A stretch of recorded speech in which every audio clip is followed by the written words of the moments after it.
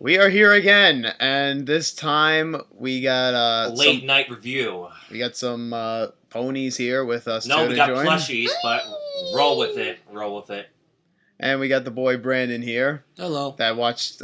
We watched it at his house. SummerSlam, just got done watching it. Yep. So here's our fresh review, which we haven't done since WrestleMania. Yeah, just right out of the box, right after we just got done watching it. No, I gotta say it, and to kick things off, I'm like, okay, overall, this is a alright / what just happened type of pay-per-view, especially the end.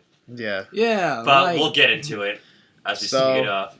So we get to the first match, and this was kind of a good way to start off. You get Enzo and Cass versus Jericho, I guess. Or just How you Jericho, doing? Jericho and Kevin Owens.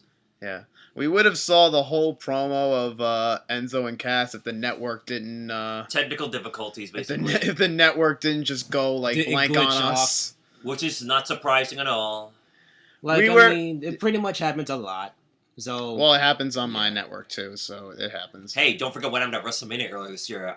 We both missed a huge chunk of WrestleMania. Yeah. Especially when I was watching it, too. Same. But anyway, the tag match, it was going pretty good until you get to the botch finish. Which was basically a pop-up. They try to do a Code-breaker. pop-up. Yeah, they try to do a combination of the pop-up powerbomb and the code breaker, and that failed miserably. It was like... Kind of ruined the match for us. You have Jericho and Owens win it, which, I mean, was it the best decision? Probably not. Well, at least it gives Jericho and Kevin Owens a bit of credibility. I know, but still, Enzo and Cass are really over. They've got win. They've gotten really the crowd has gotten really behind them since they've gone on the main roster. I can agree. And but and then they lose here to Jericho and Owens, which is kind of a dud. But I guess it is what it is. It's not the best, and it's definitely not the worst decision that night. No doubt. Well, what do you think? Brennan, what did you think? what I thought about the match was, other than missing the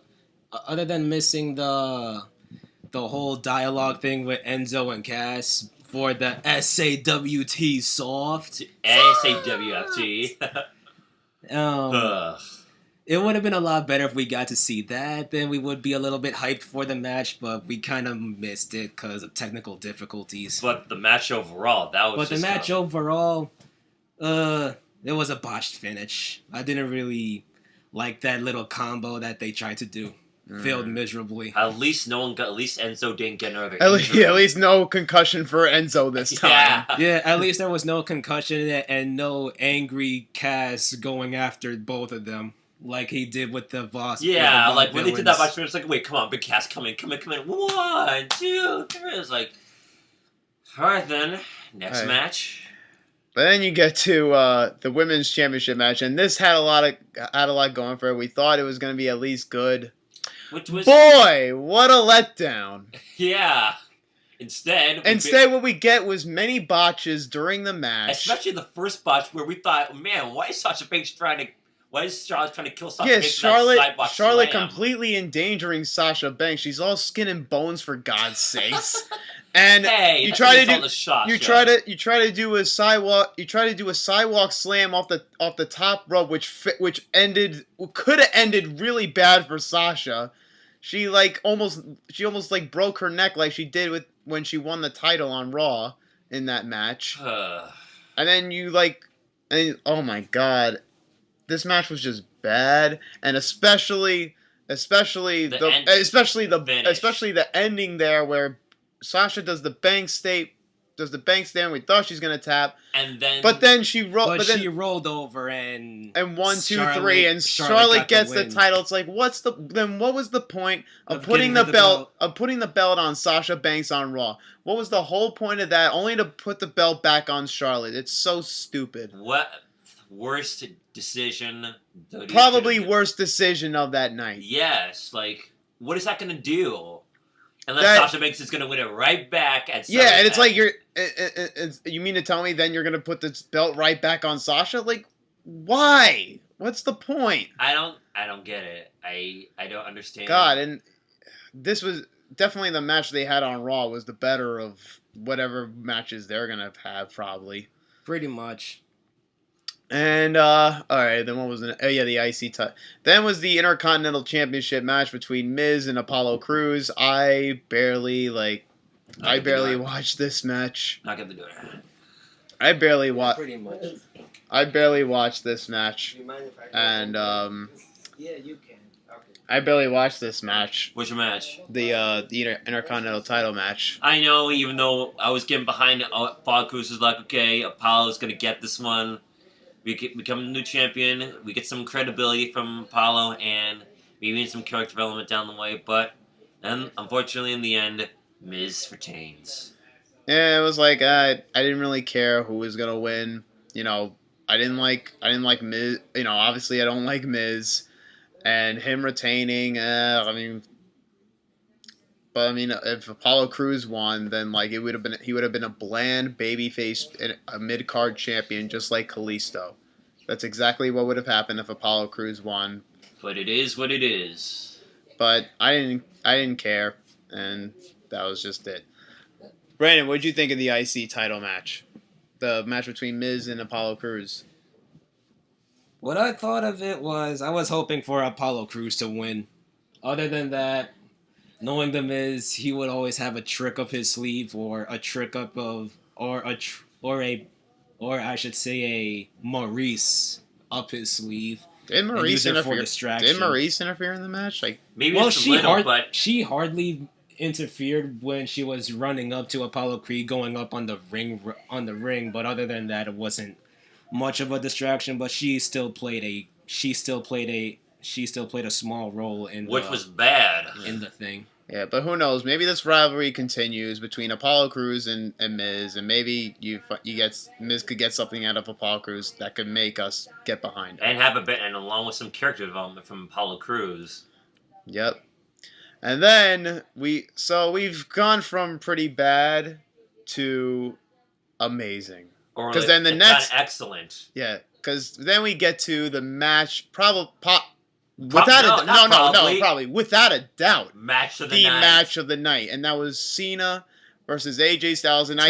I've been advocating week after week that in order for them to say that they want to put the world title on AJ Styles, the thing that they got to do is have AJ go over clean on Cena at SummerSlam, Plus, you had to be and that is exactly what they did. Plus, you need to be convinced that hey, this was a new era. Yeah, I know, and I told him, I said if AJ beats Cena clean, this is definitely the new era. Then I'm a believer in it. Well, going into it, yeah, we were like, okay, Cena Styles, And trust gonna do me, a thing. Yeah, and trust me, we were on the edge of our seats throughout this whole match. You know, false finish after false finish. Of course, Styles clashes and attitude Yeah. adjustments. Only two of them. Like once Cena did attitude adjustment out the top rope when AJ Styles was trying to counter. It was like, oh no, that after can't be it. after the AA off the top rope, I really thought, oh no, this is it. But Like, Styles one, kicked out. Two, You see the shocked look on Cena's face, like he just, like Nikki Bella just told him that she was pregnant.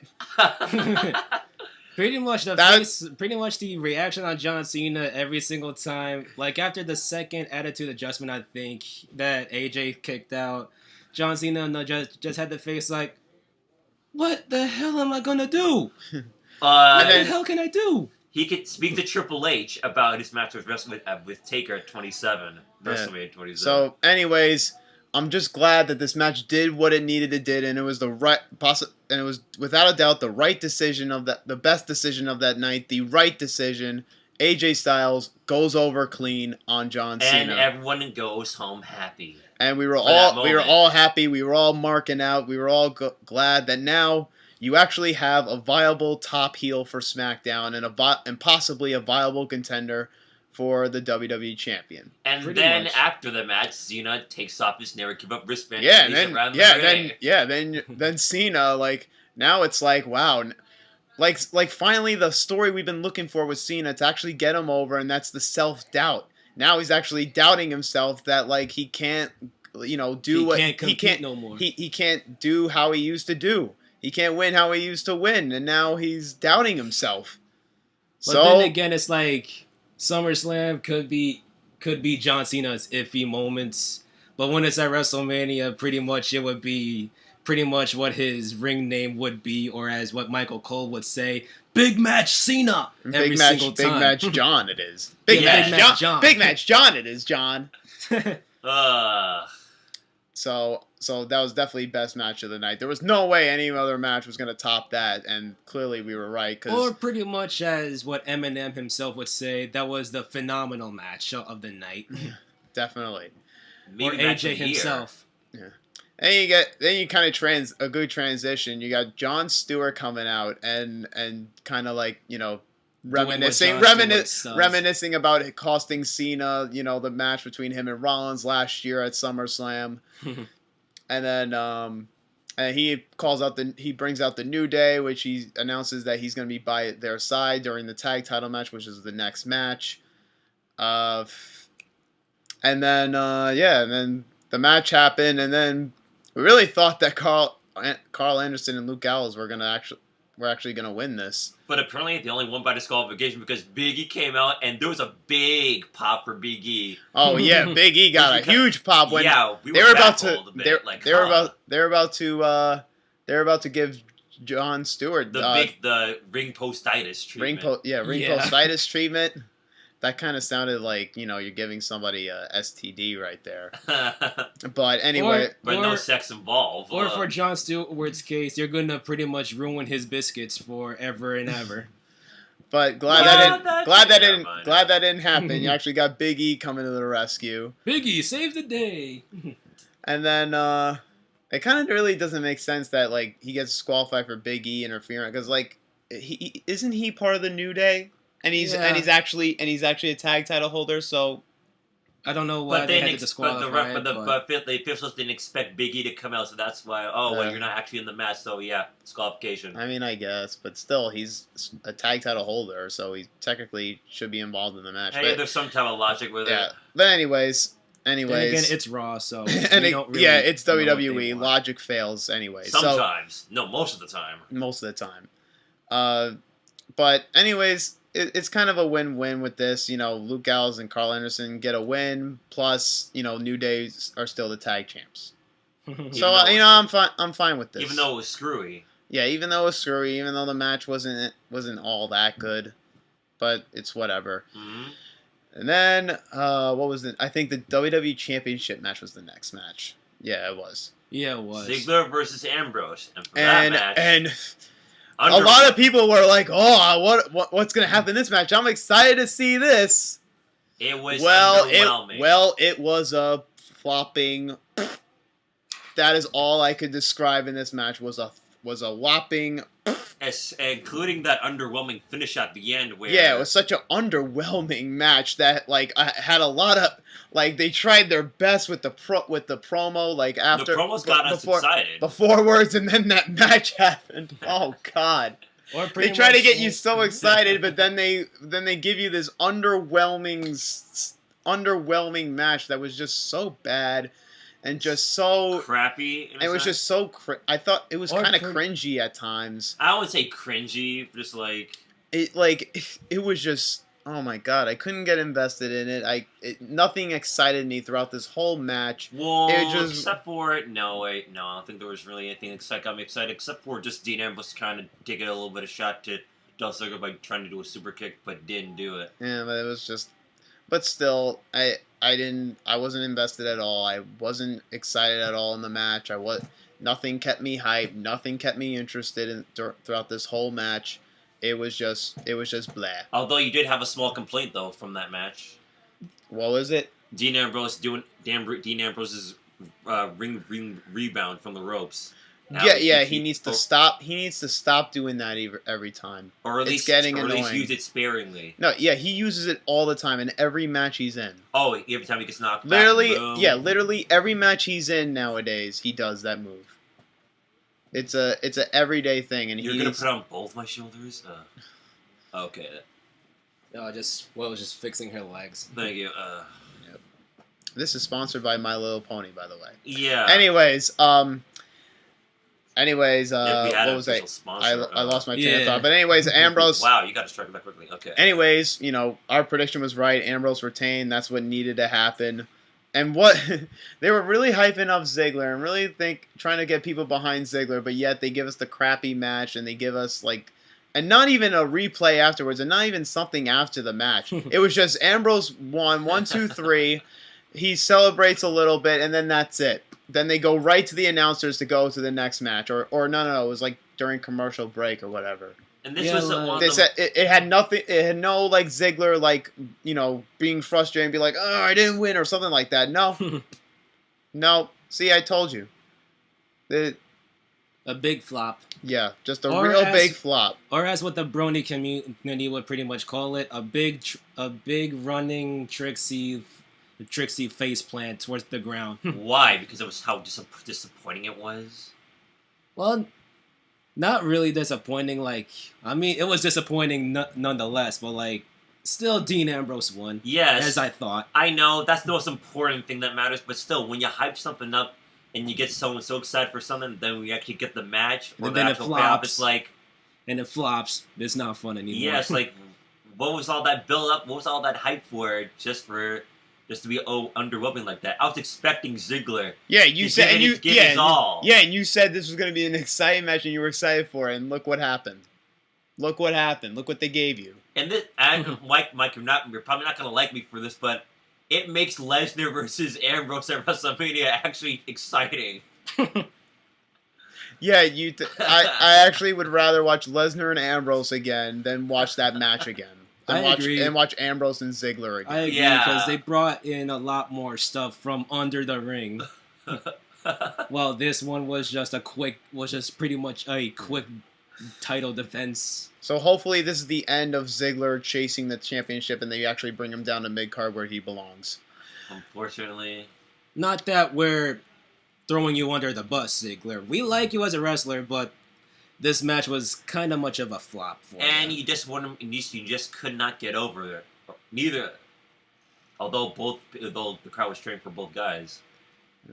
So, what was the next match?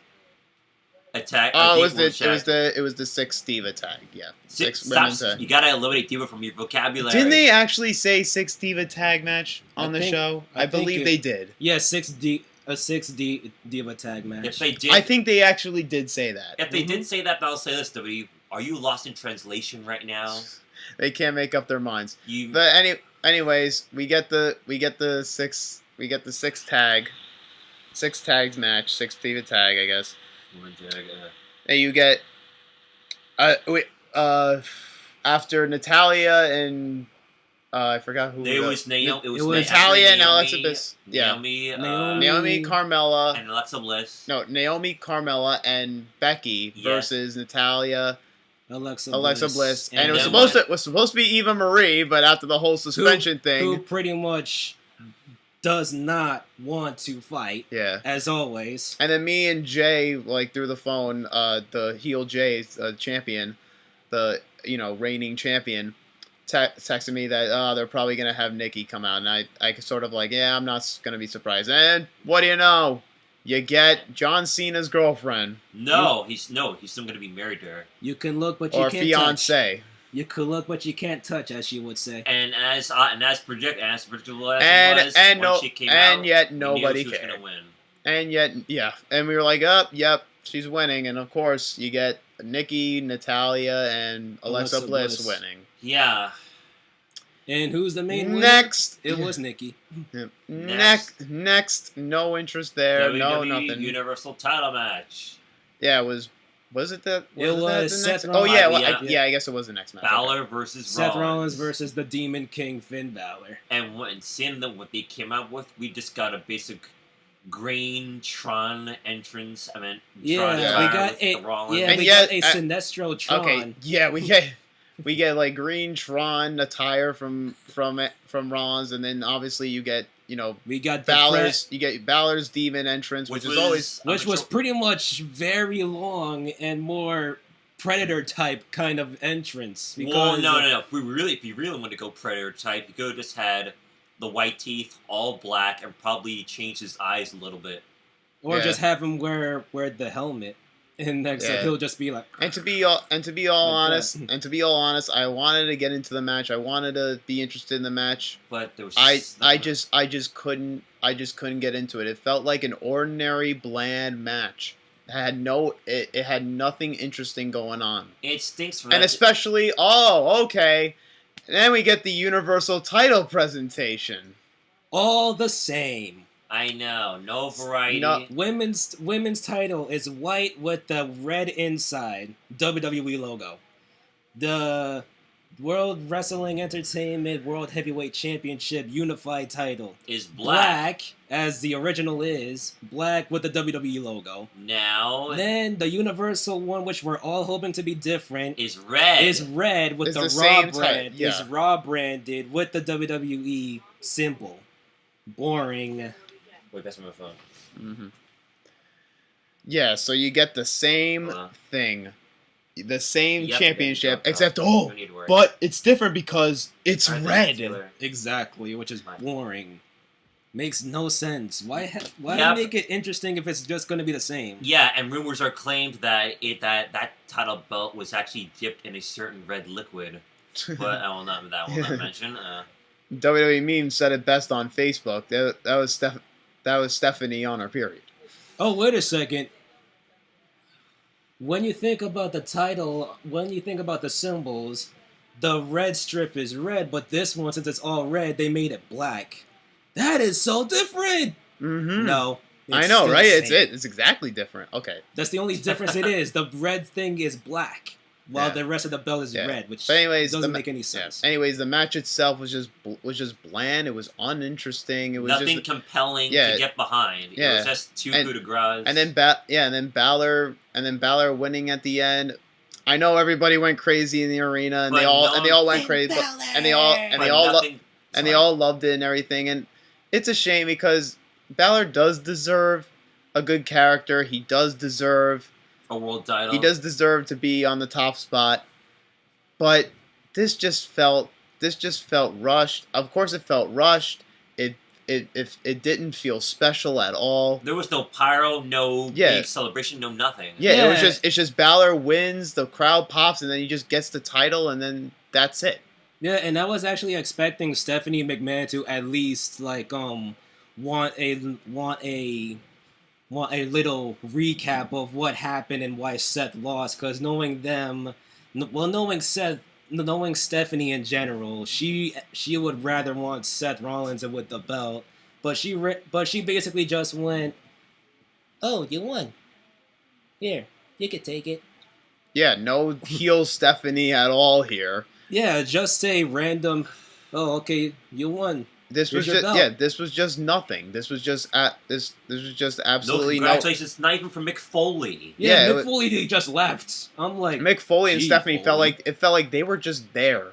Just to look good. Yeah, just nothing. or just to make Raw look it's just good. not. Yeah, it's just nothing came good out of this. And this is the second big spear. Yeah, and this is supposed to be Raw, and this is supposed to be your top title on Raw, and this just and not only that, this was before the U.S. title match between Reigns and Rusev. What does that tell you? And that match didn't even happen. Yeah, It was just a you get to the brawl. U.S. title match, and then Reigns and Rusev didn't even happen because then they just end up brawling the whole Beating the time. heck out of each other and end it with Reigns spearing Yeah, Rusev. and Reigns injuring Rusev, and it's like, well, aren't you trying a redemption story for Roman Reigns? How is this helping him? This is a redemption. This is just a brutality. Brutality. But at the same time, it's like, I really don't know how to feel about the whole brawl thing and not having the match at all.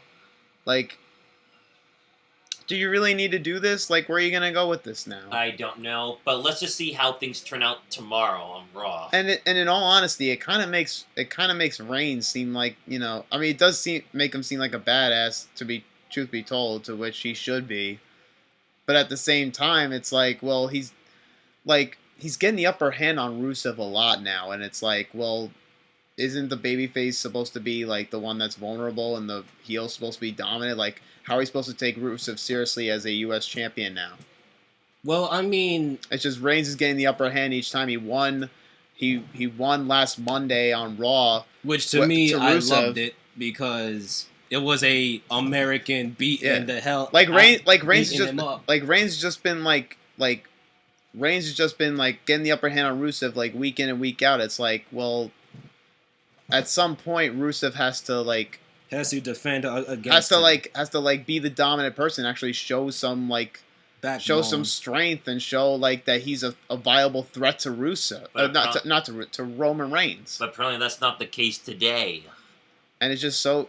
I just thought this was a waste. I really thought that was a waste of it. It pretty much was a waste. I was actually hoping for Roman to beat him for the belt. As obvious bring the belt home. As obvious as it would be, but I enjoyed the brawl nonetheless. Same. But actually, there's actually something they could have done to make it even better, if possible. They could have done the match, and then after Roman Reigns wins, Rusev just gets right back up and goes after Roman, and then we have the brawl. Yeah, I don't know, but anyways, the main event. Then you get the main event: Brock Lesnar, Randy Orton, and just when we expected or as all the fans would call it, Suplex City versus Viperville, Legend Killer versus the Beast Incarnate, or as how Paul Heyman would call it, Randy Orton versus Brock Lesnar. Of course, everyone was every single time. It's fine. We all did Paul Heyman. We all did the Paul Heyman impression at the exact same time. And we were all having a good time too. And the funniest thing is that my dad was on point saying, wait for it, and then we all did Brock Lesnar every single time, and we're all laughing, and then my mom's like, oh my god, he's going to have a stroke one day. You know what? And that's what my dad always says. One of these days, Paul Heyman's just gonna say Brock Lesnar one more time and plop. And then his brain is just gonna pop out of his head. He's gonna pop an artery. How does your we can see that coming. Arteries, yes, but how does your vocals affect your head or your heart? Well, I mean, you have a voice box in your body somewhere, but So, anyways, you get the match, and the build-up was kind of weird because they tried to build this so many years in the making, 14 years in the making, 15 years in the making, all the way back to the old days of OVW, and just how they have risen to superstardom and all that jazz. But there really was no story. It was just they just announced Brock versus Orton, but you get to the match, and it kind of seemed slow. It didn't really seem slow at first. It was just the usual. It seemed like the usual Brock Lesnar match at first. You get the whole Suplex City, or Brock Lesnar's dominating Orton for a while. Then Orton fires back with the RKO on the table, the DDT, another RKO. Brock kicks out. And then Brock takes off his gloves and starts elbowing him. Well, that's before after the F5. Oh, the first one or the second one? He only hit one F5 on Orton. Yeah. Wow. It was pretty much like the elbowing came after the F5, which is pretty much right over at this side right here. And then he took the gloves off and started beating up Orton, and I didn't know where this is going until you have Orton cut him, Orton cut open, and blood everywhere. I don't know, from the back or the side. No, it was on his head. It was on the side of his head. It was around right here. And he was bleeding, and it was just gushing blood everywhere. I was like, "Oh my god!" And you know how WWE is basically entertainment, and that's not really supposed to happen. You can't really control a former UFC fighter. Once you put him in the ring, whatever happens, it's going to happen for real. I mean, it was shocking, but I was kind of a little disappointed that that's how the match ended. Same here. I was really hoping for Randy to go for it. So for the most part, overall, but it's like at the same time, you have Brock do this, but then it's like, well, Brock's gonna leave after this. Like they're like really Brock. Like I don't think Brock's coming back till like Royal Rumble after this. I guess. I don't think so either. I It's mean, just- WrestleMania, yeah. Especially afterwards when Lesnar wins and he finishes beating up and bloodying Orton and then he F5s Shane Shane McMahon McMahon. and it's like Like, and of course Neo hyping us up thinking that Goldberg was gonna return. It Yeah, could the have crowd happened, was but hyping up for unfortunately it Goldberg, But- but it didn't. Obviously that It was didn't in the regular obviously didn't happen. yet. So probably not yet. Probably probably on the road. Around Probably on the around the road time of for- around the time of WrestleMania 33, it'll probably happen. Or even probably Survivor Series when he's most likely to show up, like with Sting, when Maybe. it was Maybe. Well, Dolph that was- Ziggler well, going that was against for debuts, though. the But- Authority. Probably. But overall, about this pay-per-view, we basically got we got some matches with disappointing finishes, Matches with botches. disappointing matches that were underwhelming, Yeah. and one really good, excellent match. Yeah. And you but- call this the biggest pay-per-view of the summer. and this whole show was just For was once- just pretty underwhelming and disappointing.